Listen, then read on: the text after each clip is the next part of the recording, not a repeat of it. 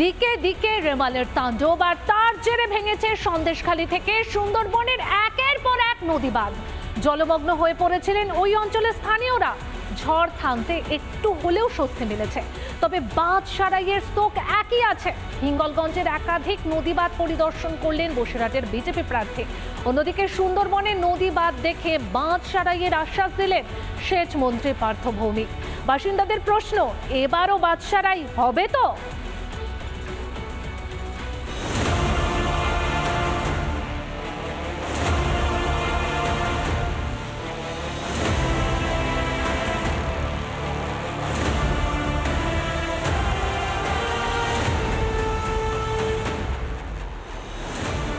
থেমেছে ঝড়, কেটেছে রেমাল।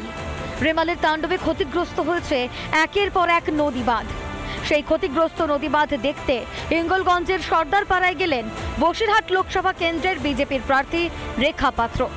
রায়মঙ্গল নদী বাঁধের এখন বেহাল দশা, আতঙ্কে দিন কাটাচ্ছেন স্থানীয়রা। অভিযোগ, বাঁধ সারাতে কেন্দ্রীয় বরাদ্দ হাতে এলেও তার সঠিক ব্যবহার করেনি রাজ্য সরকার।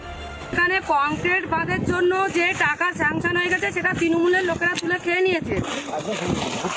আজকে নদীর বাঁধ ভেঙে গেছে, নদীর বাঁধে না মাটি দিয়ে পাবলিক সরকারি রাস্তার ইট তুলে দিয়ে সেখান থেকে নদীর বাঁধ করছে, সাধারণ মানুষের বাড়ির উঠান থেকে রাস্তা করছে। এটা এখানকার প্রধানের পারমিশনে। আর সেই এলিগেশন যে দপ্তরের মানে পারমিশনে বলছে সেটা কখনোই না। এরা তৃণমূলের গুন্ডা, এরা মানুষের এখান থেকে উচ্ছেদ করে দেওয়ার জন্য এটা একটা পরিকল্পনা করছেন এরা। সুন্দরবনের বাঁধ দেখতে গিয়ে মুখ্যমন্ত্রীর ঢালাও প্রশংসা করলেন সেচ মন্ত্রী পার্থ ভৌমিক। তার আরও দাবি, তার দপ্তর সবটাই সামলে নেবে। সপ্তম দফার ভোটের আগে বাঁধ মেরামতি নিয়েও কি স্তোক? উনি যেটা বললেন যে আমি খুব তাড়াতাড়ি দিদির কাছে গিয়ে জানাবো এবং তাড়াতাড়ি কাজের চেষ্টা করব, যাতে অন্যায় হয়। এই যে কি অবস্থা, চারিদিকে জল থই থই, এসব বাচ্চা কাচ্চা নিয়ে কোথায় যাব? এমন সময় দেখা যায় হয়তো স্কুলে ওদের বাচ্চাদের পরীক্ষা হচ্ছে, বড়দের পরীক্ষা হচ্ছে, তখন ওই সব নিয়ে কোথায় যাব?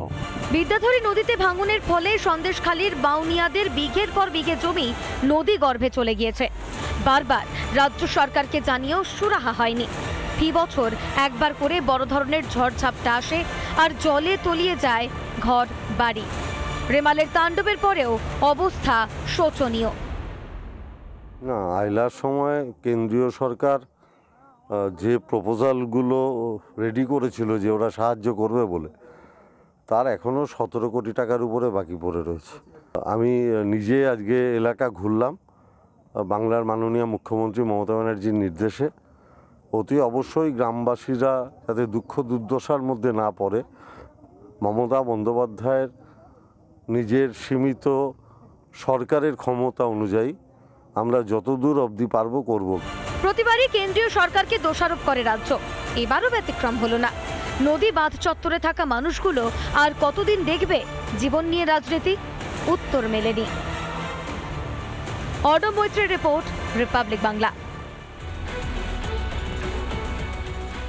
নদীর পারে বাস, চিন্তা 12 মাস। দুর্যোগ এলে সেই চিন্তা বেড়ে যায় প্রায় কয়েক গুণ। সুন্দরবনের গোসাবার জরাজীর্ণ নদী বাঁধে ঢাকা পড়েছে ত্রিপল।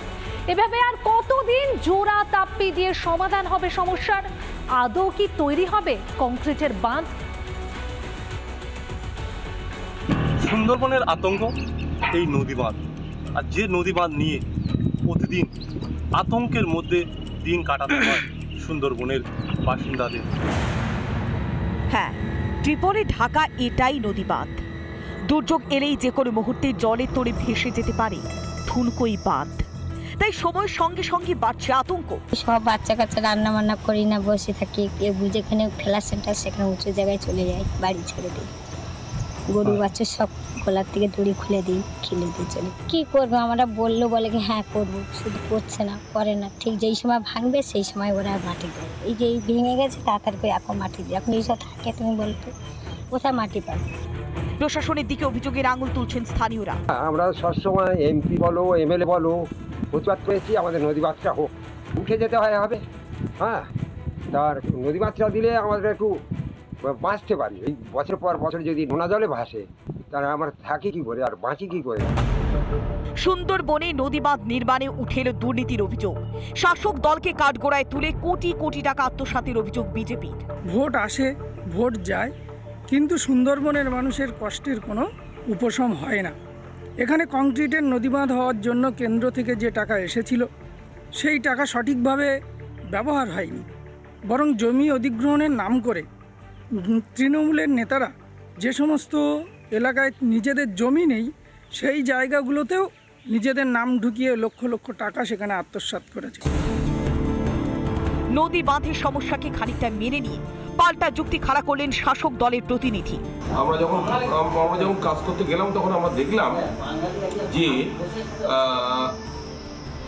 একটা সমস্যা হয়েছে যে কিছু কিছু মানুষ যারা সিআরজেড এর মধ্যে আছেন, অর্থাৎ কোস্টাল রেগুলেটরি জোনের মধ্যে আছে, যে নিয়মটা কেন্দ্রীয় সরকার প্রণয়ন করেছিলেন তাদের মধ্যে বসবাস করেছে, সেই জায়গায় পাট্টা পায়নি বলে 21,000 টাকা তারা পাচ্ছে না বলে তারা নিজেদের জায়গা ছাড়ছেন।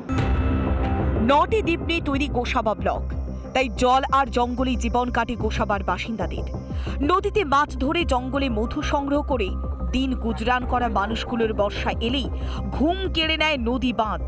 কবে এই নদী বাঁধ কংক্রিটে হবে সেদিকে তাকিয়ে রয়েছে গোটা সুন্দরবনবাসী। দক্ষিণ 24 পরগনা জেলার সুন্দরবন থেকে রঞ্জিত সর্দার, রিপাবলিক বাংলা। দিকে দিকে রেমালের তাণ্ডব, আর তার জেরে ভেঙেছে সন্দেশখালী থেকে সুন্দরবনের একের পর এক নদীবাঁধ। জলমগ্ন হয়ে পড়েছিলেন ওই অঞ্চলের স্থানীয়রা। ঝড় থামতে একটু হলেও স্বস্তি মিলেছে, তবে বাঁধ সারাইয়ের স্তোক একই আছে। হিঙ্গলগঞ্জের একাধিক নদীবাঁধ পরিদর্শন করলেন বসিরহাটের বিজেপি প্রার্থী। অন্যদিকে সুন্দরবনের নদীবাঁধ দেখে বাঁধ সারাইয়ের আশ্বাস দিলেন সেচ মন্ত্রী পার্থ ভৌমিক। বাসিন্দাদের প্রশ্ন, এবারও বাঁধ সারাই হবে তো?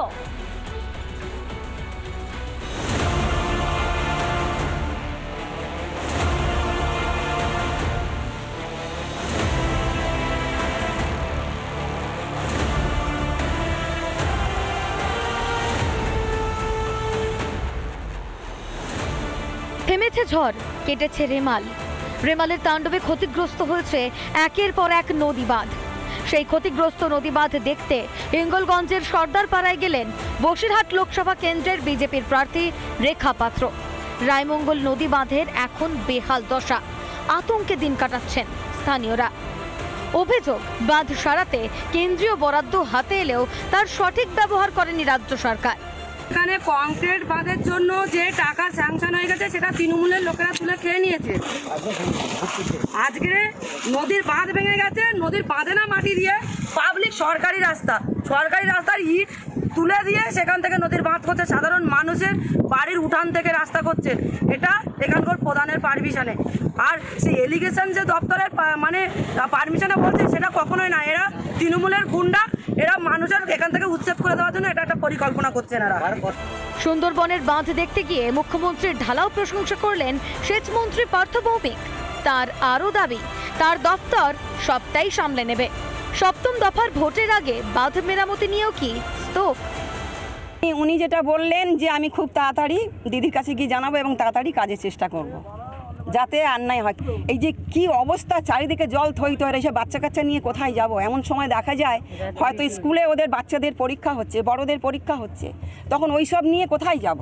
বিদ্যাধরী নদীতে ভাঙনের ফলে সন্দেশখালীর বাউনিয়াদের বিঘের পর বিঘে জমি নদী গর্ভে চলে গিয়েছে। বারবার রাজ্য সরকারকে জানিয়েও সুরাহা হয়নি। ফি বছর একবার করে বড় ধরনের ঝড়ঝাপটা আসে আর জলে তলিয়ে যায় ঘর বাড়ি। রেমালের তাণ্ডবের পরেও অবস্থা শোচনীয়।